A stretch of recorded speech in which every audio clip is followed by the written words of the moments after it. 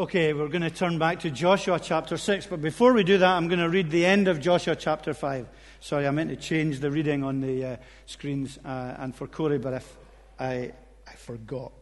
Okay, it's the end of chapter 5, which is quite important at the beginning of chapter 6. So if you remember the story of Jericho in our morning worship, we're looking at children's Bible stories and kind of giving them I was going to say a makeover. That's not the word I was looking for. But we're looking at them again from a slightly different angle, maybe. And it's the story of the walls of Jericho coming tumbling down. I could sing a song to you at this point, but you wouldn't want me to. But I'm sure many of you know a children's Bible song about the walls of Jericho coming tumbling down.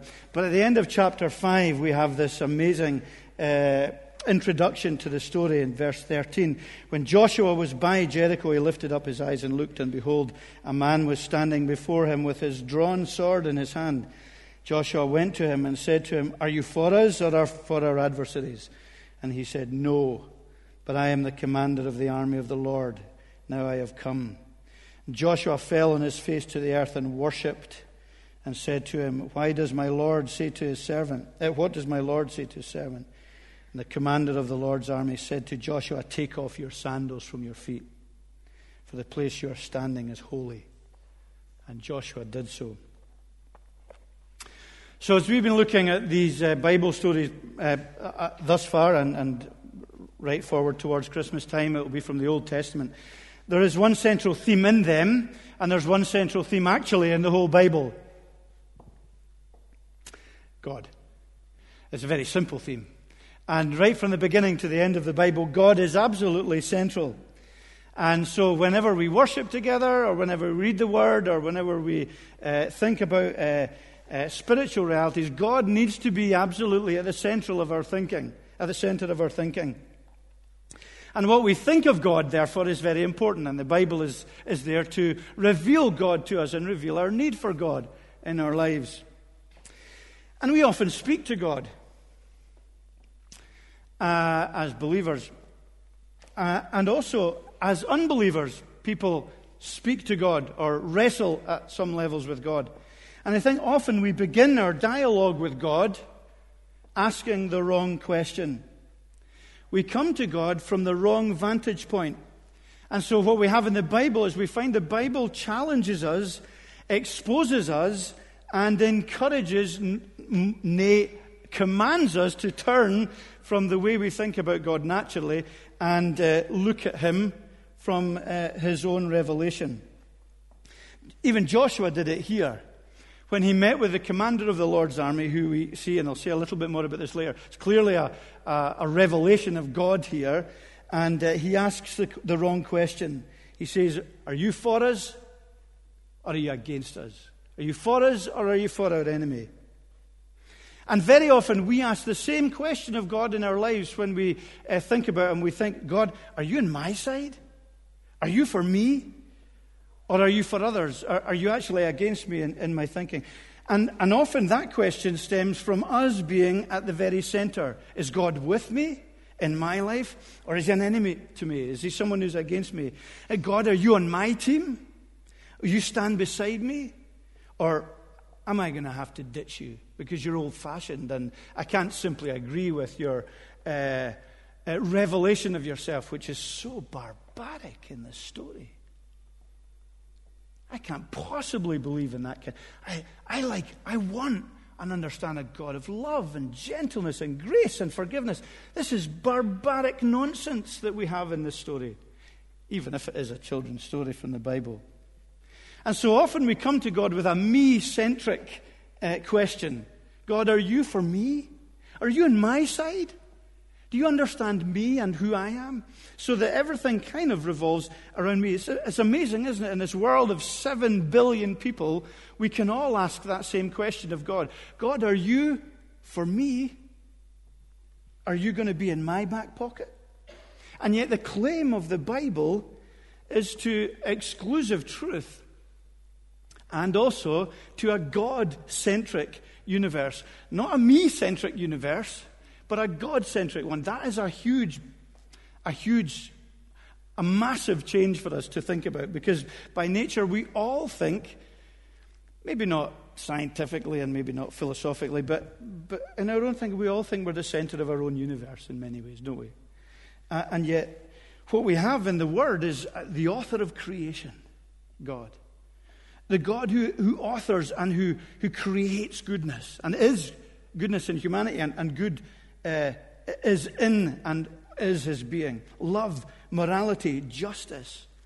This God who always exists as a being, who never began, who never had to be born, who has no start, no finish, no edge, no limitation, the one to whom we are accountable because we're made in his image. Each one of us, every single one, accountable to this living God. And he communicates with us. In love, he communicates with us. And he changes the question, doesn't he? He changes the question. He even does it here. The commander of the Lord's army says, Joshua says, are you with me or against me? And he says, no, I'm the commander of the Lord's army. Joshua bows down in worship. That's why we know it's God. He worships, and the commander of the Lord's army doesn't stop this worship. And it's an awesome revelation. There's an Old Testament theophany here of God, a revelation of God revealed in the person of this commander of the Lord's army to Joshua. And it changes everything, doesn't it? When Joshua meets with God in this remarkable way, it leads Joshua to reverential worship. And that's the one thing nobody here, even though we're gathered for worship, it's the one thing none of us here can do naturally. None of us can worship God. It's the reason Jesus came. Jesus came to redeem us, to deal with our disordered lives and our disordered worship, as Corey was speaking about last week, which has led to spiritual death. So we worship everything and everyone except the living God. We're spiritually dead by nature to him. And that death denies God his rightful question. It leaves us under his just and fair judgment, so that we naturally, without grace, recoil from worship. We misunderstand God and sin, and we recognize that the chaos of our disordered lives, this world of evil and hatred, is because we have not given God his rightful place. We see goodness and beauty and joy and love and justice in this world, and it hints at the revelation of God. It hints at something better. It hints at something urgent, that we need to know the living God. And so these Old Testament stories are about God and about his character and about his revelation. Now, this is a particularly difficult story. And it doesn't fit in this whole concept of destruction. It really doesn't fit in well with our 21st century's expectation of God and of who we are and of how civilized we are. God has no right to do this. God has no right to judge the way he does. And can I just throw this out before we look at the story? It seems that today's society would be absolutely outraged by this story and by the apparent genocide that happens in this story. And yet, at the same time, the society in which we live seems to feel it's their right, and their right to destroy the lives of millions of unborn children, those innocents that are the most vulnerable, that have no protection, that have the greatest potential that is unrealized in this world. And it is done as a right. It is done as something absolutely civilized. And there's a searing irony there, that a society which will allow such destruction will also at the same time hold its hands out in horror against the God of justice and the God of love. So let's look at this account of Jericho. It can't be disentangled from the Bible's central theme. It can't be isolated. It is all part of the revelation of God, nor can it be argued away. There's two things I want to say about this story. One is God's destruction, and one is God's victory. And then ask the question, how do we know God? What does this tell us about God in our own lives? And for today, God's destruction, clearly this is a story that challenges us at the very greatest level. In verse 21 of these words, then they devoted all in the city to destruction, men and women, young and old, oxen, sheep, donkeys, with the edge of the sword. It's hard reading. It's tough to look at. It's tough to see this description. What can we say about it with their sophisticated 21st century sensitivities? Well, we recognize that what is happening here is not random or indiscriminate. It's not just a capricious God throwing out the dummy and being raging and angry. It's not racial genocide. It is not ethnic genocide that we have here. He has clearly stayed his judgment from much of the nations of the world around at this time. He has limited it to this specific situation. And his judgment is not only meted out here on the Canaanites, but in other places it's also meted out on his own people, the Israelites. And we see a greater judgment and a greater responsibility being poured out here. It's a spiritual judgment, and particularly against evil in its vilest form. The Canaanite people, as represented by the people of Jericho here, had snowballed their love for destruction and evil into the vilest forms. And it was an incredibly brutal and wicked nation where parents offered up their children for human sacrifice. It was a particularly violent city. God's judgment here wasn't capricious. In Genesis 15:16, have we got that for the screen? No. Okay. I'll look it up. Genesis 15 and verse 16 has God making a covenant with Abraham. And he says in verse 16, when he speaks about the Amorites, the people of Canaan, they shall come back here in the fourth generation, for the iniquity of the Amorites is not yet complete. 400 years before, God had said, I'm giving this people 400 years to turn, to repent. Their wickedness is not yet full.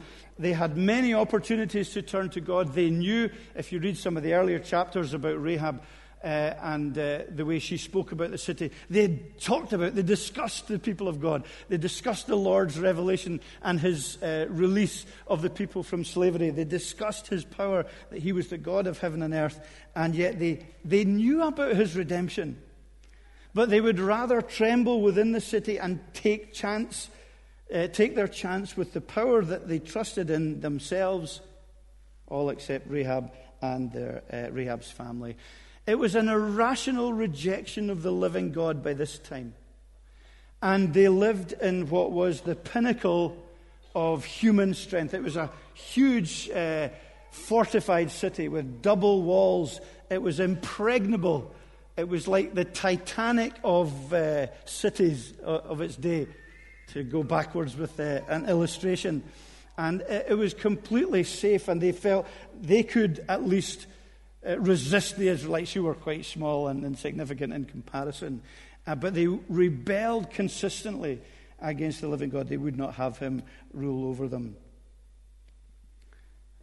And they were devoted, therefore, for destruction. And I believe for some it would have been a temporal destruction, that is death, not necessarily meaning eternal judgment. I think particularly for the children who may well have been the Lord's. The wider perspective of this destruction was as a warning to the wider people. It was a recognition that evil couldn't be allowed to flourish because the potential for darkness and bleakness was unlimited. It would have been a catastrophic liaison for God's people to live with this people of Jericho and to fuse their lives with lives that were utterly and completely dark and rebellious against God. And it was a recognition that the land was being reclaimed from the powers of darkness and given to God, who was the one who had promised it. So we see God's destruction. We'll come back to that briefly at the end. We also see here in this story God's victory. In verse 2, we have these words, "The Lord said to Joshua, see, I have given Jericho into your hand with its king and mighty men of valor." So the Israelites were used to work this victory, but it was God who worked in and through them. This was clearly an act of God. This was not a freak militaristic victory for a small people against a great people, a.k.a. David and Goliath, although there are many similarities. This was God at work here and bringing victory. There were impossible odds. It was an impregnable fortress. Israel didn't have a mighty army, but God was here. The commander of the Lord's army in verse 14-15 of the previous chapter speaks. He comes in judgment here.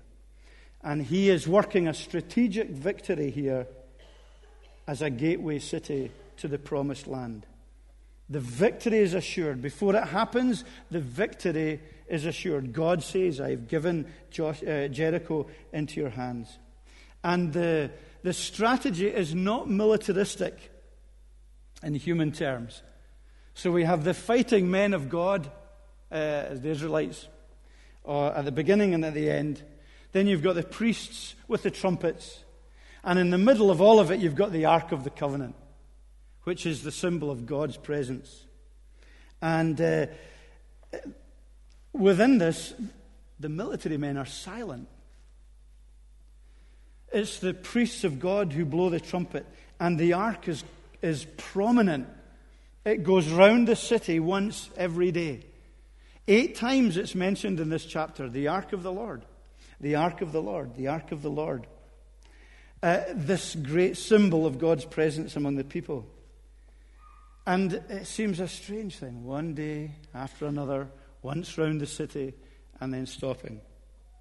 And then the trumpets, which sound both for worship and for war. Then the number 7, which biblically and in God's numerology is a significant number, one that speaks of perfection.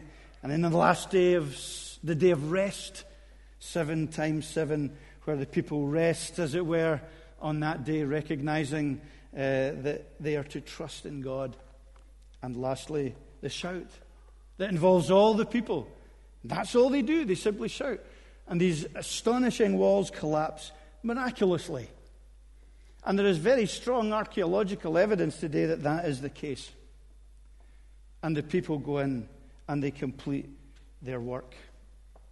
This is God's victory. And within that, there is this huge slice of mercy for Rahab, the prostitute. Rahab, the prostitute, who had put her hope and trust in God, unlike the rest of her people. She recognizes where salvation will come from. Read what she says, if you have time, in chapter 3, what she says to the spies. She recognizes who the Lord is, and she recognizes him as the God of heaven and earth. She wasn't asking the question of God, who are you? Are you on my side? She says, I need to be on his side for who he is. And she trusts, against all the odds, she trusts in him. And she's rescued. She's rescued her and all her family. And Rahab, the prostitute, is channeled into the genealogy of Jesus. She's the mother of Boaz. Remember Boaz, who we looked at in the life of Ruth? So she becomes one who reminds us that all of the Old Testament stories have this element of protection of the seed of the woman that is promised in Genesis 3 that will go right through to the birth of Jesus. And Rahab is part of that. And it's great that she, like so many of the others in the Old Testament, are unlikely recipients of grace. Not the kind of people that society would have chosen. Not the good, upright, moral people, but those that God had chosen, not by merit, but because they simply trusted in the word that God had said. So we've got this remarkable story. It's a children's Bible story. Walls of Jericho come tumbling down. We struggle with it, or maybe we simply don't think about it. But what is it that it speaks to us about God? What is it for your life as you leave here today? What about for your life as you sit in here today and your understanding of God and your understanding of what is centric in your universe, what matters and what is significant, what is it that it says to us? We remember that this is not the final revelation of God, don't we? The Old Testament progressively reveals what God is doing till we get to the pinnacle of Jesus Christ. This is a piece of the whole. But what are we told? Well, 4 things very briefly. Justice on his terms is inescapable. Okay? Justice on his terms is inescapable. Now, we all want justice, don't we? And we all get swept up in our longing for evil to be destroyed. And we have our own concept of heaven, which will be free of badness and evil and death and tears. But sometimes it's on our terms. But yet, the reality is that justice on his terms is inescapable if we understand and believe who God is, and if he is God at all, rather than the one that we pull out of our back pocket when we need a genie. God is the standard. God is the measuring line. And God is the one to whom we are accountable, and we all fall short. He makes the call. And he is the one who judges, and death, or physical death, is is part of the spiritual death that stops us naturally from worshipping him and giving him his rightful place. How can we be sure of that?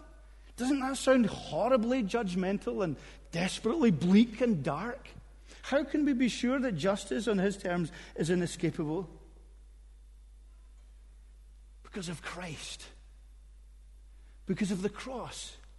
Christ isn't simply for us a nice, good example of how to live. Christ is the one who himself died in order that our sentence could be remitted. God faced death. You know, we say, God's terrible, he's capricious, he's evil, he's wicked, he kills and destroys lives.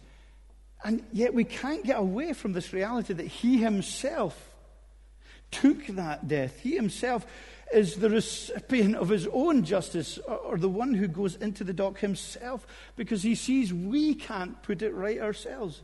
Rahab's singing Rachel, the hymn tune. But Rahab is redeemed because of what Jesus was going to do. Everyone who comes to faith, everyone who knows the grace of God is in that place because of the fact that Jesus Christ died in our place. God the Father at that point was silent. God the Son shouts and cries out, why? But it is God's love that drives him to provide the only answer to inescapable justice. The one that he takes our death, our just judgment on himself. We sing about it. We understand it. We wear crosses because it speaks about this inescapable reality of a just God and a merciful God. That is why, can I say to you this morning, knowing God as he reveals himself absolutely matters. It's not just a matter of opinion, a swinging of ideas here and there. How he reveals himself, which is clear throughout Scripture on these important matters, is so significant. It matters what you do with him. It matters how you wrestle with him. It matters that you experience his overwhelming love for you, and that he would do this on your behalf. Because he rose from the dead victorious. Justice is mixed in, isn't it, with his victory. But he will return in judgment. Romans chapter 2 at verse 5 tells us that. Oh, here we are. But because of your hard and impenitent heart, you are storing up wrath for yourself on the day of wrath when God's righteous judgment will be revealed. His righteous judgment. Those who will not turn, those who will not recognize his revelation of himself. What a huge challenge that is for us. Huge challenge. That justice is on his terms. Our justice at best is only ever shadowy. But also, secondly, his mercy is incomparable. His mercy is incomparable. All he asks you today to do, old Christian or young Christian or not a Christian, is to trust in his love, to trust in his commitment and what he has done for us, that he has rescued, redeemed all who come to him by faith. And we are asked to trust him and recognize him for who he is. It isn't for us about how good we think we are. He turns that, doesn't he, on its head. It doesn't matter how bad we are. That's quite good, to be honest. A wee bit of rebellion. It's quite nice. Because you probably know your own heart better sometimes. When you compare yourself with others and think, I'm rubbish. But where we need to get to is where we all get to that place where we say, I need before God his outstanding forgiveness and love. Accept him. Simply, that's what he says. Oh, you're all really intellectual. You're all really bright. You wrestle with philosophical realities. You're at university. Some of you are at the top, the cream of society's intelligentsia. But I'm asking you to accept his truth like a child. Not in a childish way, but in a childlike way, recognizing he paid it all, so you might know forgiveness, life, and an unimaginably great heaven. Second thing, his mercy is incomparable. It's unmatched. Nothing and nobody can touch it. It's great. It's brilliant. Thirdly, his obedience, the obedience of faith is inescapable. Hebrews 11, I went out. Did you read that, Corey? Yeah, I went out to Sunday school at our kids' church. Hebrews 11 links what happens in Jericho to faith, the great faith chapter 11 of Hebrews. By faith, the walls of Jericho fell down. By faith, Rahab the prostitute did not perish with those who are disobedient, because she had given a friendly welcome to the spies. And this story is one of obedience. You see, when we've become recipients of his love and of his grace, to obey is the unqualified response. Now, it's often not easy. The challenge of grace isn't easy. The challenge for the Israelites wasn't easy to obey. It was very difficult. But the challenge of grace, challenge of forgiveness, the challenge of repentance, the challenge of humility, the challenge of depending on the Spirit of God is not easy. It often requires patience, silence, opposition, difficult associations, but it's inescapable. Because with that obedience comes deeper faith. It's a spiral upwards, as it were, not a spiral downwards. As we obey because we love, then our faith grows. And as our faith grows, so we receive his blessings more. Simply because we are living in that place of gratitudinal obedience. It's not obedience to make ourselves right. It's out of gratitude to what he has done. It's not a quid pro quo. We don't say, okay, God, if you give me blessings, if you give me my answered prayers, I'll be more obedient. It's not that way around. It's that simple trust and obedience, even when we don't necessarily want to or understand. It's inescapable. And lastly, in terms of responding to what we have here for ourselves, victory in him is unassailable. You know, we see that. It's important that the commander of the Lord's army is at the beginning of this. And it's important that he makes the promise before anything happens that he has given Jericho to the people of God here. The promise is sure. And that is a shadow of what we have in the promises of God for us in Jesus Christ. As we come to him by faith, as we fall at his feet and worship him for who he is and entrust our lives to him, forgiveness and life is guaranteed. Why? There's a great seal. It's the great seal of the resurrection, isn't it? It's a huge, big seal on all that God promises, because his work has been completed and God is happy with what has happened, and he has defeated sin and the grave and evil and death, and will one day destroy it. Victory is guaranteed. I know it doesn't seem like that in 21st century Scotland. And it doesn't seem that Jesus is going to come back one day and usher in a new heavens and a new earth. And it doesn't seem that justice will be done. But that is where faith comes in, that we believe in his promises, that Satan is already defeated and will be destroyed. When Jesus in Revelation 22 says, I will wipe away every tear, do you believe him? Or is he lying? Or is it fanciful? Or is it based on the promise that his word is true? Now, today we face spiritual battles. We're not asked, thank God, to do anything in the way that the Israelites were to do, who were in that temporary period instruments of God's judgment. Nothing like that. That is finished. God accepts the Canaanite today by grace, and did so in the New Testament. But we do face a spiritual battle. And Ephesians 6:12 tells us that we face a battle. For we don't wrestle against flesh and blood. You know this verse. But against the rulers, authorities, cosmic powers, present darkness, spiritual forces of evil in the heavenly places. We have a spiritual battle. We're all in that spiritual battle. And yet the odds do seem stacked against us, don't they? We feel very small and unimportant. And unbelief seems so impregnable today. You know, how many years have we been praying for our 3 friends? How many years have you been praying for your 3 friends? How many years have we done 7 years of prayer? And the unbelief seems impregnable. People don't seem to be coming to faith as we would long for. And yet, we have victory in him to move forward. You as a Christian, we as a church, we move forward in faith. We can't stand still because the gates of hell will not prevail against us. You know, we look at that picture and we often think that's a picture of hell attacking the church, of Satan attacking and Christ kind of defending. That's not the picture. The picture is the gates of hell. Gates of hell are being stormed by Jesus Christ and by his victory. He's on the defensive and he will not prevail. It will be destroyed, and we are either safe in Jesus Christ or we are exposed and under his judgment.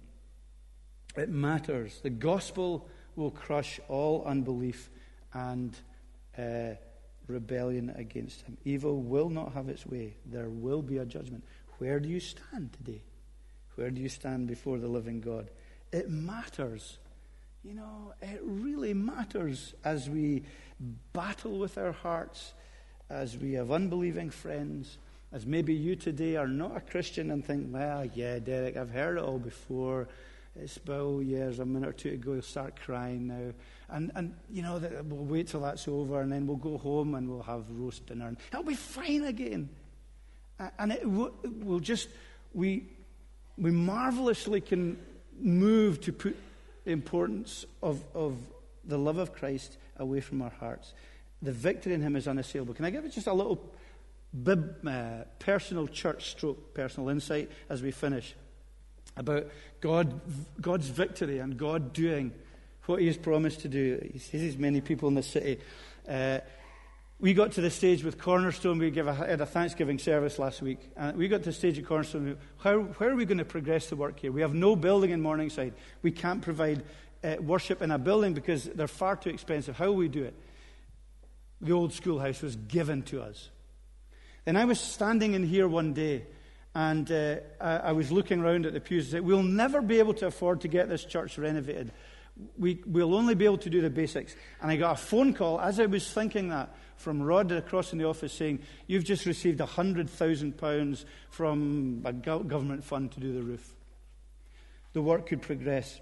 We got to the stage where in Esk Valley, we had to say to Tom, you're the assistant here. We can't afford to let you go full time in Esk Valley. We don't have the money. We can't do it.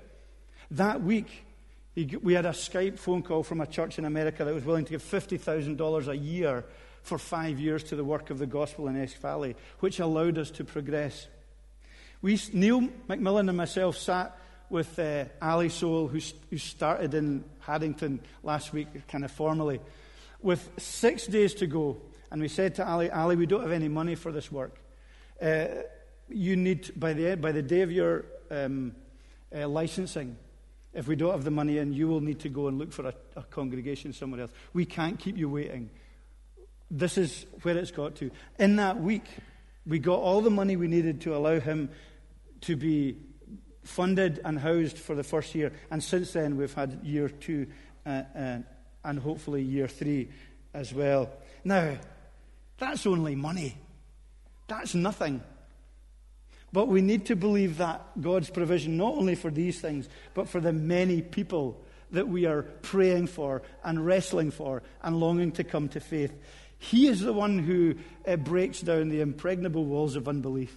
He's the one that brings people to life. He has pushed us forward all the way to be church planting, because I do believe he wants these churches to be filled with souls who come to know him and love him as those who have given their hearts to the Lord Jesus Christ. So, what question are you asking about God today? Are you asking the right ones? God, are you on my side? Or do you recognize who he is? Because the only true response today to the living God is worship. Is that we bow our knee and worship the living God. Do you worship the living God in your heart? I'm not speaking about the public worship, although that's a very important expression. I'm asking, can you say Jesus Christ is your Lord? Because it is the only true response to the living God. Let's bow our heads before we sing. Father in heaven, forgive us for at best only seeing through a glass darkly, as it were. We see so little of who you are. We see so little of your grandeur, of your majesty, of your power and of your glory. We so often have you in a cage. So often make you small. We so often maybe focus on your justice without focusing on your outstanding mercy. Sometimes we focus on your mercy without really having any grounding on why it matters, because we recoil from your justice. Forgive us for not understanding you better. Forgive us for not being more urgent in our understanding of simply enjoying you. Help us to recognize that your redemption is full and free and utterly enjoyable, and a reason for praise and worship and adoration. Reorder our loves, we pray. Help us to love you from the inside as we recognize the impossibility of that, but as we come to you as the one who does the impossible for us. May we entrust our lives to you. And our circumstances, Lord, today might be awful, might be bleak and grim, might make us question if there is a God. But may we look to Calvary and that finished reality and the resurrection that we note today by our worship on this resurrection morning. And may our circumstances not define who we are, but may we find truth in Jesus Christ and redemption and freedom and hope and joy. Amen.